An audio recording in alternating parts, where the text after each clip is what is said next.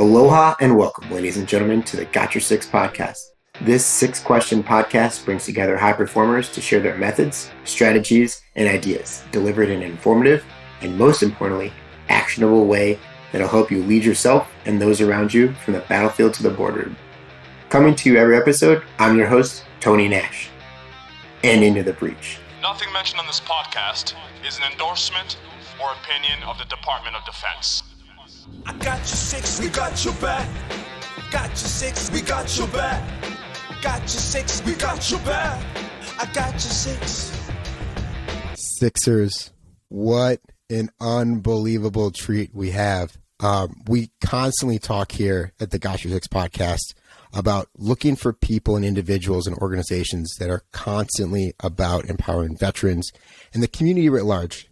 Our guest today here lives, breathes, eats, sleeps that exact thing. And I'm just so fortunate that we have him here today. Adam Braatz, welcome to the Got Your Six podcast. Man, thank you so much for having me. Absolutely. Now, as you had, 8 years in the Air Force and you've gone back through, you've done a lot with the Wisconsin Veteran Chamber of Commerce. Where do you think, and, going back to school, that's a lot to kind of put on your shoulders and endure, plus all the other organizations that you work with. Where do you think that comes from, that constant drive to constantly serve other people? Oh man. Some would call it a drive. Some would call it a tendency to just get excited and bite off way more than I can chew. But yeah, I think, I take my Air Force core values of, integrity and service and excellence very seriously. Service is important to me, and serving others is, the way that I have found purpose after service. And everybody can find purpose in different ways. Sometimes it's service oriented, sometimes it isn't. But what I have found is that the thing that makes me tick is helping other people overcome adversity. And that's manifested in different ways since I've been out of the service, mostly in the nonprofit world. I've spent all but a year since I've gotten out of the military in the nonprofit world. But even when I was in the private sector, I devoted a lot of that time to helping people that were in need. And that's just something that makes me happy. And so that's kind of where I'm at now. Now, when you look at overcoming adversity and helping other people, do you have a specific instance where you can trace that back to whether someone helped you, was kind of what the antithesis of that, or was it something else? I think that's a really good question. It would be hard to pinpoint just one person who helped me. It takes a village, and we're all just a product of awesome leaders and influence and great people and great experiences, and some not so great experiences, that are very educational and teach us really well. It'd be hard for me to pinpoint one person. There's 100 people who have really, helped me to overcome periods of adversity and challenges. And, I'd say it's an amalgamation of all of that. And I would say that the service portion I discovered when I was in the military still. In the latter portion of my tenure in the Air Force, I was an instructor. And for me, helping basic trainees get from point A to point B, from, rainbow clad right off the bus to excellent warrior airmen who are marching in their graduation parade, seeing that transformation, that rapid transformation that you would normally see in students over years and years and years, something that, I get to see it every 8 weeks, every 6 to 8 weeks. That I think solidified it for me. I got to be that person in some regards. There were a lot of other instructors. It wasn't just me, but I got to be that person for some of these people. And some of them were like, thank you. I learned X from you and I'll never forget X from you. And I was like, man, I want to continue to do that for people, because I have a lot of people who did that for me. Who did it for you first, or the farthest back memory you can kind of pull from where somebody, reached out and helped you through overcome adversity? I can tell you exactly when. It was my piano teacher when I was in grade school. And when I was in like 6th or 7th grade, I was being bullied. I wasn't like lowest on the totem pole, but I was pretty close. And socially at that time. And I remember I had a particularly rough day. I had a piano lesson after school. So, it was like the 90s. So I came home from school and it was just me. Like, there's no parents. Parents just left us there. Yeah, the latchkey life. I know it well. Yeah. We had the key hidden behind the thing and and so I got my stuff together. I walked to my piano lesson and got like 2 minutes into my piano lesson. And I just I couldn't focus. And my piano teacher, Diane Falk, who is awesome, still a big part of my life. She's great. She was like, "Are you okay?" And I just broke down, just started weeping. So thinking about, from an educator's perspective, here she had this elementary schooler just sobbing, but she took this pedestrian, music lesson, this thing that happens all day, every day, multiple times for her, every week for me, and turned it into this non-musical life lesson. And she didn't lecture me. She didn't say anything. She didn't support, she supported, but it wasn't like she gave me this one-liner that changed everything for me. She was flipping there, man. She was just present. And she gave me the moment that I needed. She didn't say it, she just listened. And when I felt okay, when I had let it out, she was like, "All right, let's get back to work." And then she used the educational environment. She used music to help me recover. And by the time I came home, I was fine. And that for me was a solidifying moment, and I played piano ever since, just never stopped, and it has to do with her in more ways than she will ever know.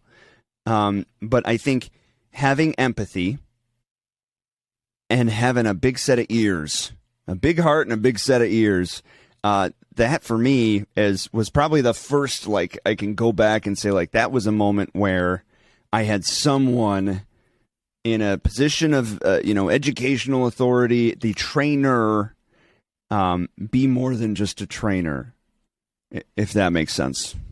No, it does. And first off, that's an incredible story. I have literal chills on my arm from hearing it, because I think we all have that story inside of us. Whether may not have been around the piano, but what I find fascinating is something that you didn't touch on. It was more of an assumption made. What made you feel that psychological safety in order to allow her to meet you where you were at? Because I think that's something we constantly, especially as you continue to work with veterans. It's very hard. You not only do you have to meet the people where they're at, but you have to present an environment for them to feel safe to share and open up. What do you think allowed you to feel that psychological safety at that moment? That's such a great question. And that's a really good point. I hadn't thought of, I had a rough day and had probably run into 10 teachers, or 10 adults or 10 friends where I could have emoted and let that go. But it took until that moment for me to feel and if I would have seen my parents, I probably would have too, but I hadn't by that point, but there was something about that place, being in a place of instruction with a teacher who clearly cared about me very deeply, that I guess I just knew subconsciously that was a safe place. And for me, playing music was a safe place from then on out. When I had things going on in my life that weren't, that maybe weren't so rosy, that's where I went. And I had a keyboard in my room, as a teenager. That's what I would do. I would either listen to music or I'd put my headphones on and would just play. So that became kind of a therapy for me. And I just realized that because you asked me that really good question just now. I appreciate that, because that carries over to today, right? How are you making sure that you are setting, because everyone, right, it's like a coach and an athlete. You can have 52 people on a football team. The coach and coaches have to be able to respond to each athlete in order to maximize potential and get the team to rally around, a purpose-driven mission in order to win the championship or whatever it may be. How are you able to do that with all the different stakeholders that you constantly interact with? It really is about keeping the bigger picture in mind. So we can get, when we're deep in the weeds on something, and when we spend so much time boots on the ground in a kind of a tactical setting, and we have deadlines and we have things that need to be accomplished, a lot of times we forget the bigger picture of what's important. And I often do. We all do. We get distracted from the strategic vision. But when you are a football coach, when you are a music educator, when you are, some instructor of any kind, it could be athletics, it can be the arts, or anything in between. It is more than just, or even a classroom teacher. Yeah, passing the test is important. Okay. But it's about more than passing the test. If you're a music educator, it's about teaching this song or getting through a recital, but it's about more than the recital. If you are a football coach, it's about more than being able to run the plays and finish a game and win the game. And I know we focus on that a lot, but that's not the important part. If you're a football coach, 99.99999% of your trainees are not going to be in the NFL. That's just a reality. They may not even have a career in that. So is their instruction and what their inculcation and indoctrination, that's kind of a negative word, but inculcation, their motivation and what they instill in those kids and teach them, is it about getting to this end result of performing at the highest level? Music educators, 99.999% of their students are not going to be in a professional symphony orchestra or be recording on albums, be studio musicians in LA. You're, as a teacher, 99% of your students are not going to become doctoral, literary masterpiece writers or whatever, scholars, but that doesn't matter. It's the bigger picture stuff and focusing on, no matter how granular we become, and we need to when we're faced with deadlines and measurements and metrics. We all have to get tactical from time to time, but if we lose sight of the strategic and that what we are teaching is not this end result of the NFL or a symphony orchestra or being a scholar, if we're focused on teaching the skills, the teamwork, the collaborative environment, the empathy, the understanding, the critical thinking and reasoning, if we lose sight of that, then we're not good educators anymore. It really is the journey and not the destination. No, absolutely. What do you say to yourself when you feel like you get lost in the weeds and, you're kind of just in the noise as opposed to being like a signal on that destination, on the journey as opposed to looking to reach the destination? Well, I don't always get it right. And I don't always catch myself in the moment. It's usually in hindsight where I'm like, oh, dude, what am I doing? Sometimes I do it in the moment, and a lot of it has to do usually with parenting, where I'm focused on XYZ, trying to get this thing done, and my kid's trying to get my attention. And, sometimes I'm like, look, later, we all do that. Like, okay, I'll get to you later.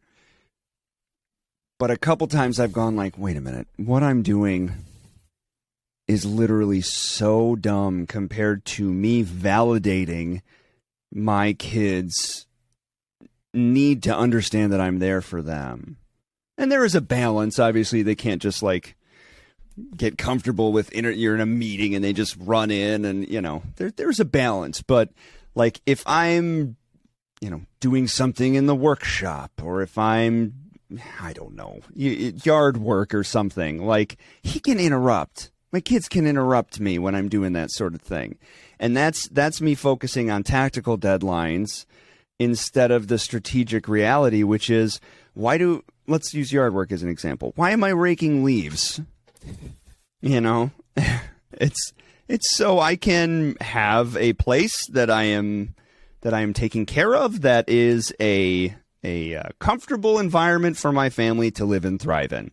So if in the process of raking leaves, I'm being an impatient jerk to a family member, then I've lost sight, haven't I? Like, so if my son wants to come interrupt me and show me a thing he made with his Legos when I'm raking, then I gotta put the rake down, folks. And I don't always put the rake down, but I'm trying to be better about putting the rake down. We should all put the rake down. I love that, right? That simple analogy of just like putting the rake down and understanding like, hey, life isn't that serious, because at the end of the day, right, it's about not only our kids, but ourselves throughout life. And our journey is discovering and leveraging that authentic voice that's inside of us. And if we're saying, hey, you know, make sure you're present with who you're present with, and you don't live that, there's a massive disconnect. While you might not talk about it outward, you have to fight that battle internally. You know, I just can't help but think, and this may be a spoiler, for those of you that have watched Breaking Bad, I made a post on this on LinkedIn about this on LinkedIn quite some time ago. You know, the whole time, and I won't give it away, everybody who knows that Walter White's doing bad things, whenever his family's like, why are you doing this? He's like, I did it for my family. I did it for my family. I did it for my family. Like, for seasons and seasons, like he says it 3 times an episode. And all of us know that that's baloney, because look what it does to his family. But then finally, one of the final episodes, he says to, what's his wife's name? Skylar? Yep. He says, I did it. And she's like, oh my gosh, if you say this one more time, I'm going to lose my mind. And he goes, I did it for me. I was good at it, and it made me feel good. That to me is such a powerful, honest, self-reflective moment. It's such a great show in so many ways, but that to me is one of the most powerful, powerful things, because we see a lot of people put so much of themselves into their work, so much time, so much thought, so much after-hour stuff on their occupation, on their job, on their obsessions and their hobbies, on their side hustles, on their entrepreneurial endeavors. And they say, like, I'm doing this for my family, but are you really? You know, are you doing it because it makes you feel important? Are you doing it because you want to rise and get the big gig? Or, you know, because at the end of the day, your family wants you. They want you. And, you know, if you spend all of your effort and your focused attention on building a stability, wealth stability for your family, but you're not actually providing emotional, psychological stability for any of them, you're going to look back on all of those years when they're gone and in college and they don't rely on you the way that you wish they did. You're going to have regrets. You know, so it's like, if you're telling yourself, and I've heard it 1,000 times and I've heard it once, like, oh, I'm working 80 hours a week for my kids. Yeah, well, your kids hate it. They want you. Like, they don't need a new bike. They'd rather have a used bike and you. So that's, you know, it's just strategic, that strategic thinking, like what is really important, and being self-reflective and like objective when looking in the mirror. And that strategic thinking is so important, because I know you have to own it. Right. And this conversation is extremely empowering, because like, if you don't own it and you just keep making these assumptions like, oh, it's for them, it's for other people, it's like you said, you're going to walk away with nothing and no one. And you're just be with yourself, because you never had those lines of communication. Do you think that has allowed you to continue to improve your life because you own it, right? If you're doing something for you, you're like, hey, I know I'm doing this for me, but I'm also going to go do something for them, right? Spending time, putting the rake down. Or is there something else that kind of, you know, has come into your life that has been more like empowering or helped you improve overall? Well, I don't know if I've improved all that much. You know, it's like the more you learn and the more you grow, the more you realize how far you have to go. Like, Objective self-reflection is a superpower, man, but it is painful. It is painful. It is hard. It is hard to look in the mirror. I mean, we have so many mechanisms to protect our egos and ourselves from self-reflection, to prevent us from having to go through the uncomfortable task of admitting that we are flawed and wrong and have work to do, and, you know, which we all do. But what I will say is any time that I have made an improvement, have made steps towards making myself better, or the situation for my family better, or my employment situation better, literally every single time, it took an understanding that was objectively self-reflective. Every single time. You know, I hardly ever drink anymore, for example. I'm not like actively not drinking, but it's months and months and months in between, and I never do it at home. And that took, and this is the first time I've really talked about this with anybody other than my family, but it took me having a self-reflective moment, like a truly like, you know what, man, you're not in as much control of this as you think you are. And you're doing it more than you would admit, and it's impacting you and your family more than you'd admit, you know, because up until that point, you know, anytime somebody was like, oh, aren't you drinking too much beer or whatever, I'd be like, I'd play the victim. Like, you're exaggerating, you know what I mean? Yeah. But the second I actually had a reflective moment about it and really allowed myself to say, like, look, I'm not being good right now, and what I'm doing is not worth, like, the juice isn't worth the squeeze right now.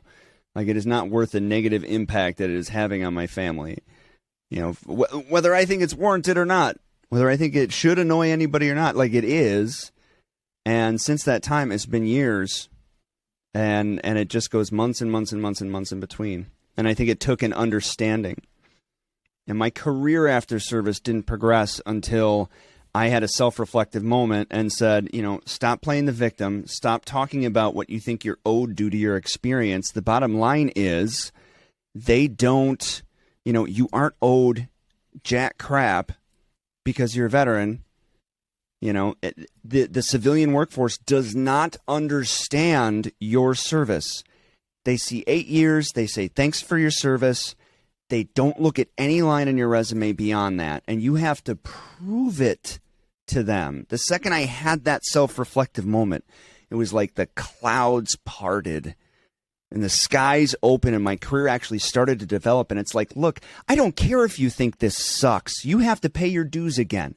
You have 10 plus years of professional experience and a master's degree. They don't give a shit. They don't care. It's like they want results and they want relevant experience, and you're going to have to prove it that you can do this, and you're going to have to prove that you've done it. And the second I realized that, like, I'm not owed anything, I got to start over. It's, you know, is the second my career started to take off, and it did rapidly. So the long-winded answer to your question, in every regard, whenever I've made a positive step in my life or my career or you name it, it always came from a moment of, like, looking in the mirror and really, truly giving honest advice to the guy in there. I really appreciate your vulnerability through this conversation, and you covered a lot right there. But what I want to know is, when you do that objective self-reflection, does it always come across the same way, or does it look the same when you kind of strip it down to its bare bones, or is it situational dependent? It's situational because, like I said, I don't always, like, I make mistakes every day. We all make mistakes every day. I do things that are not optimal every day. You know, and they don't always lead to a truly self-reflective moment.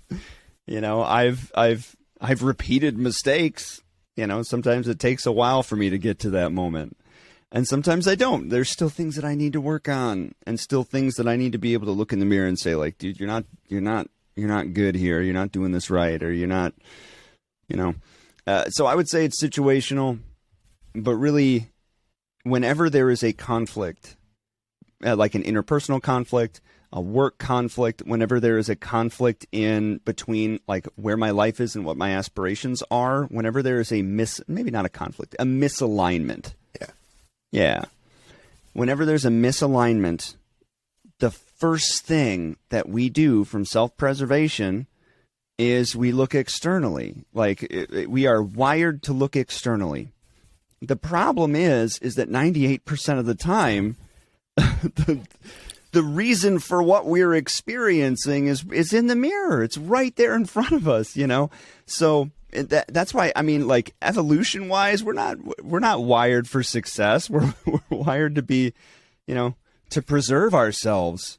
Whenever there's a conflict or misalignment, I always try to say, what am I doing wrong? You know, am I doing something wrong? Even if there are people around me saying like, oh no, it's not your fault. I immediately go to, is there a way that I could have handled this differently? Is there something I could have done or could be doing differently? And it's tough because it can be a little depressing. That's not an easy thing to do. But if you're able to take those self-reflective insights and take your emotion away from them, which is something you have to train over time, and I'm still working on. But if I can take that feedback and take corrective measures, then I grow, like every time. And I think that's when everybody truly grows. You know, you go to the gym. When do you grow? When do you gain muscles? When you stress yourself out, you shock yourself. You know, if you just go and do things that are comfortable, you're not gonna get swole. No, exactly. And what's so critical about that feedback too is you start to assess patterns, right? One data point is just that, right? 2 is a line, and then 3, you start to see trends where you can take that feedback, use that, you know, performance metric that you just established, and then leverage that to get better. So as we kind of wrap up, Adam, I want to close with one final question. Sure. Adam Braatz, how are you better today than yesterday? Oh, man. It's tough to answer that because the real growth happens incrementally and like in these tiny little baby steps over a long period of time. You know, when we try to make drastic changes, then they usually are hard to preserve and maintain. You know, so I try to be like an incremental piece better than I was yesterday. And then over time, then you have built sustainable habits. And, you know, like I'm better today than I was yesterday because today I started my day off by reading, which I didn't do the day before. I skipped it. And yesterday I didn't eat any refined sugars. Day before I had just a little bit. Like these are the tiny victories, man. Like these wars they're won in the trenches with tiny little victories, right?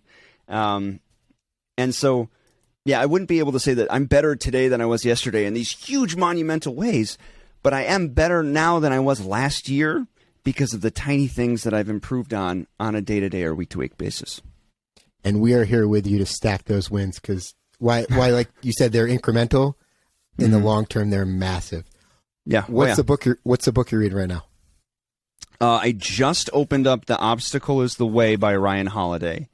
I'm a huge fan of his writing. I was introduced to him by a colleague of mine. Actually, he's my boss right now. Awesome guy named Saul Newton.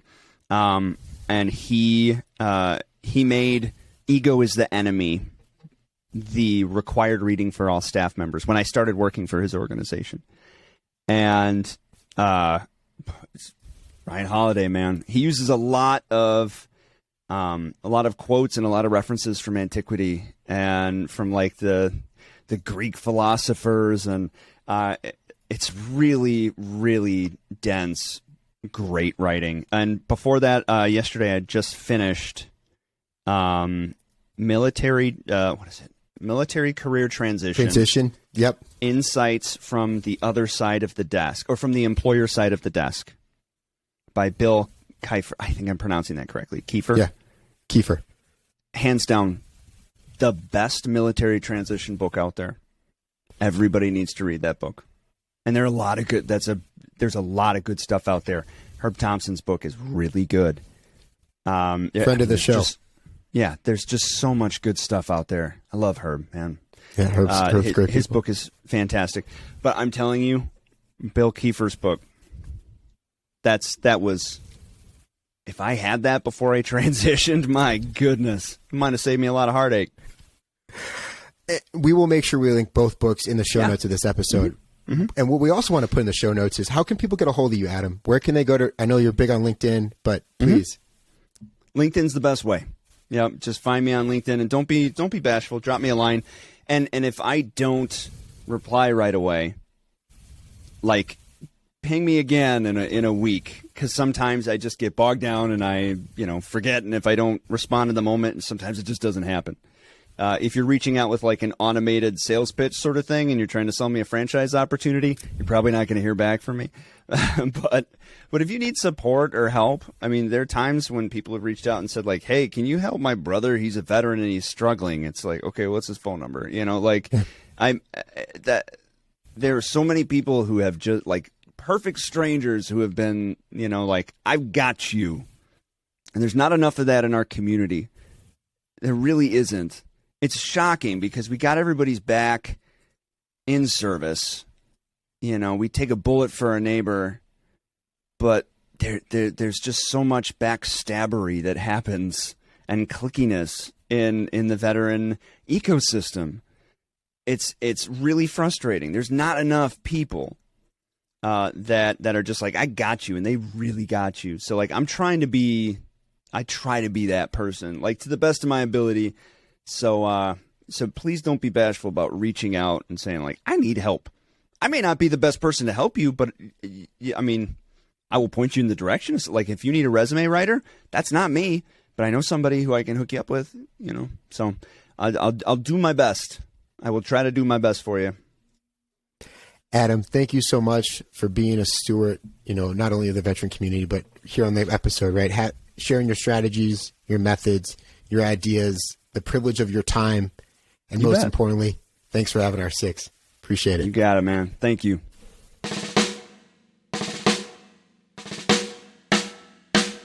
I don't know what you've been told, Sixers, but the lawyers would like us to remind you that the views, opinions, and comments expressed on the Got Your Six podcast are solely those of the hosts or guests, to include current and previous Department of Defense employees, and should in no way be considered the opinions of or endorsements on behalf of the Department of Defense or any of its components, divisions, contractors, or other current and previous staff members.